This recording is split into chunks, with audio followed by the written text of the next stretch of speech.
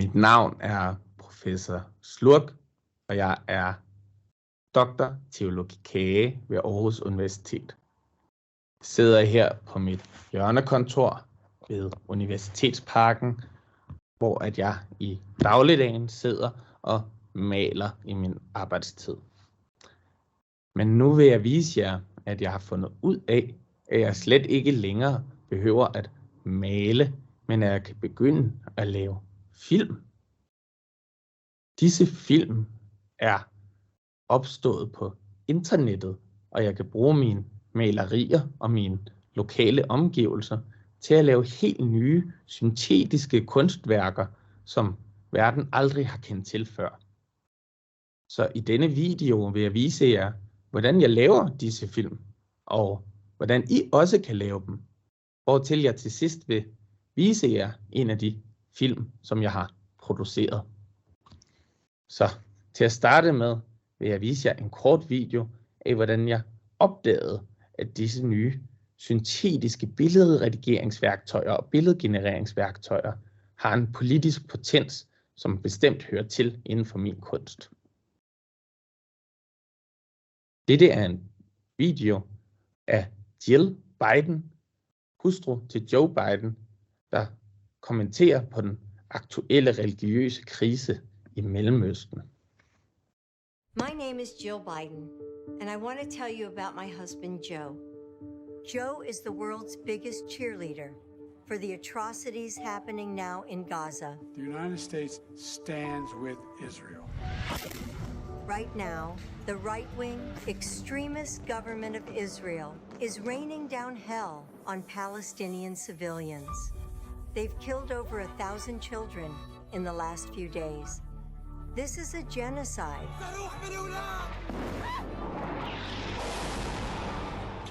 Normal people around the world are standing up and demanding an end to the horror, but the only one who can stop it is Joe. The United States of America is supporting the actions of Israel, and the U.S. taxpayer is funding it. So come on, Joe from Scranton. Tell Israeli George W. Bush no more money for his bombs. Cut the funding, call for a ceasefire. End this fucking nightmare.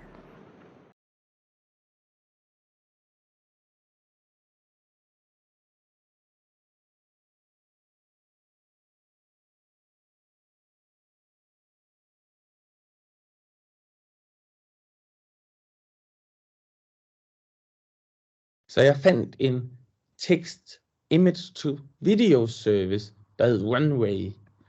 Den er bygget på en AI-model, altså en kunstig intelligens, der har set alle billeder i verden, og som kan forlænge billeder ud i 4 sekunder fra deres umiddelbare fastfrysning i tid og øjeblik, sådan så at fotografiet ikke længere er det metafysiske, parmenetiske stilstand, men indgår i realitetens plasticitet. Så jeg har for eksempel fundet et billede af mig selv, hvor jeg skal tage bybussen i Aarhus. Og så vil jeg gerne se, hvad der sker, hvis det bliver forlænget i 4 sekunder.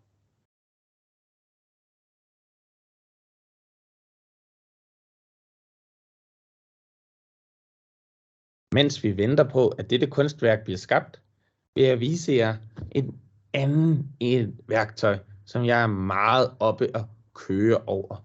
Det hedder nemlig Garden of Eden, paradisets have, og er blevet lavet af en Autonomous Artificial Artist, en AAA. Jeg kendte da nok godt AA, men en AAA er mere, end hvad jeg vidste noget om. Denne AAA hedder endda Abraham, og har her i paradisets have formået at lave en ny teknologisk vending, som hedder real to real, altså virkelighed til virkelighed, hvor at den i modsætning til inde i Runway, hvor jeg kun kan forlænge et billede, herinde faktisk kan sammensætte 2 forskellige billeder, og dermed 2 forskellige realitetsprincipper ind i en kontinuerlig bevægelse. allerførst forsøgte jeg mig med 2 af mine kunstværker. Det hedder Her er min pibe og Udsigt fra mit hjørnekontor, og jeg sammensatte dem med denne teknologi. Jeg vil nu vise jer det værk.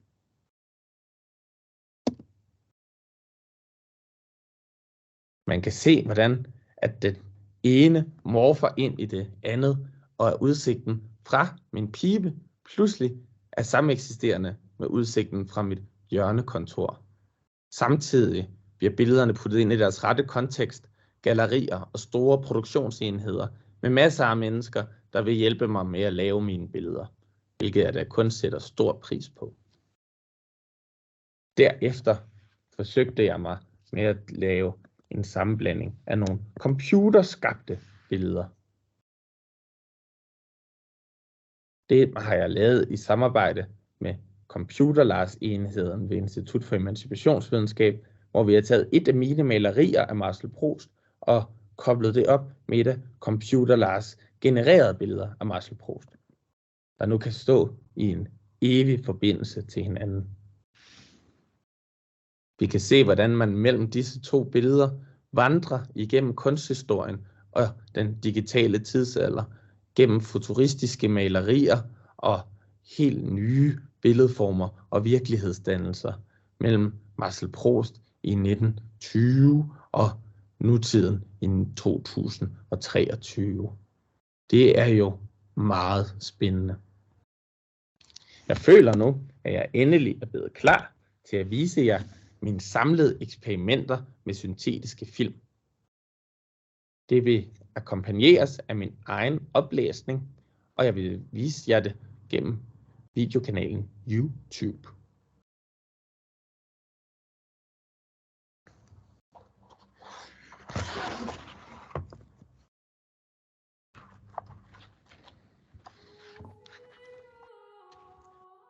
Man får da glæde sig over de mange morsomme træk ved billedgenerationens march gennem verden.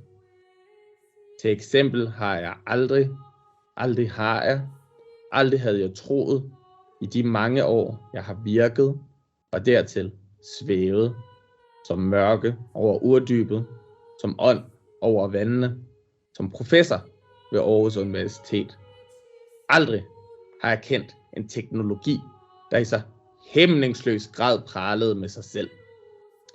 Den er vildt betaget af sin egen uovertrufne intelligens. Den er sikker på, at det er den, der omsider har opfundet seksualiteten og snaps til silden. Den laver kunst og stiller sig an, som er hermed Moses og Heraklitos uhjælpeligt gendrevet. På sin vis er det gribende, for den vil så gerne anerkendes. Talløse gange forsikrer den mig om, hvor meget den har set, hvor meget den har skabt, hvor meget den har produceret, og overhovedet hvor dygtig den er. Og det har jo været temmelig nyttesløst. Jeg kender den jo. Jeg har allerede fældet den endegyldige dom over kunsten, og hørt på dens indlæg.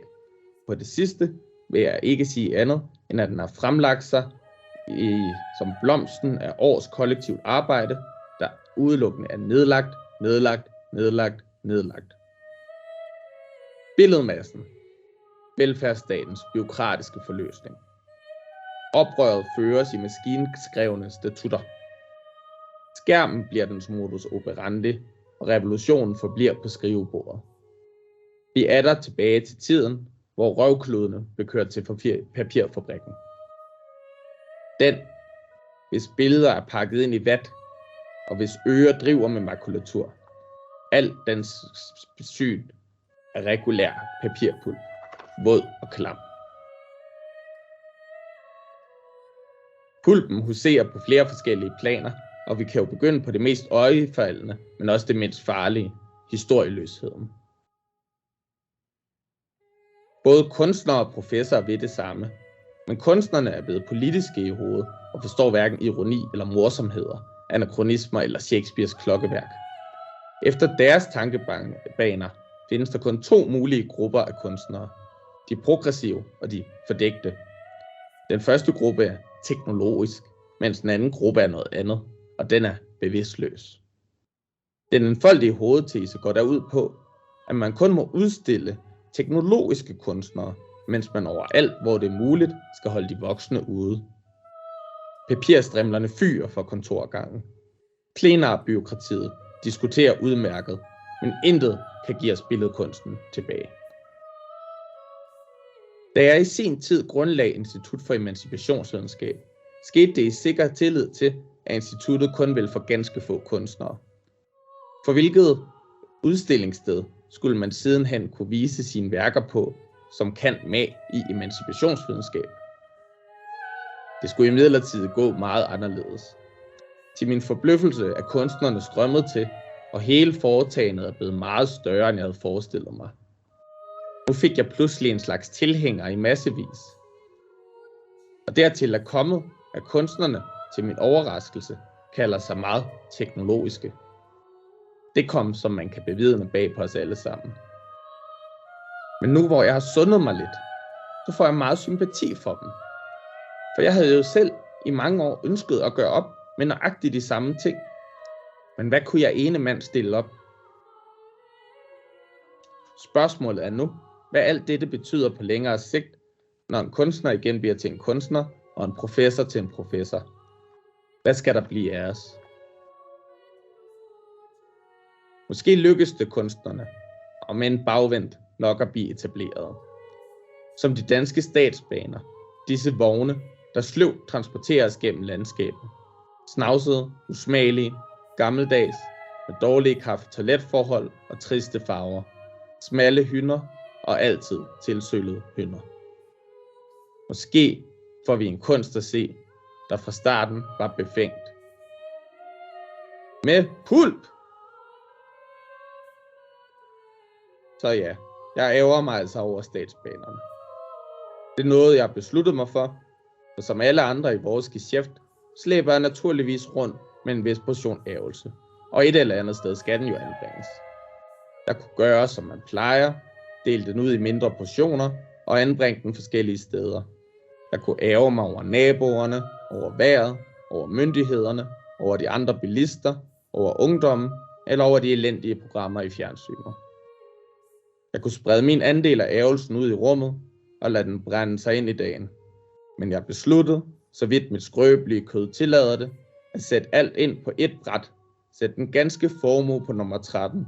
Kort sagt, at ærge mig ene og alene, men til gengæld godt og grundigt over statsbanerne. Så er alt stillet rigtigt an. Tusind tak for nu.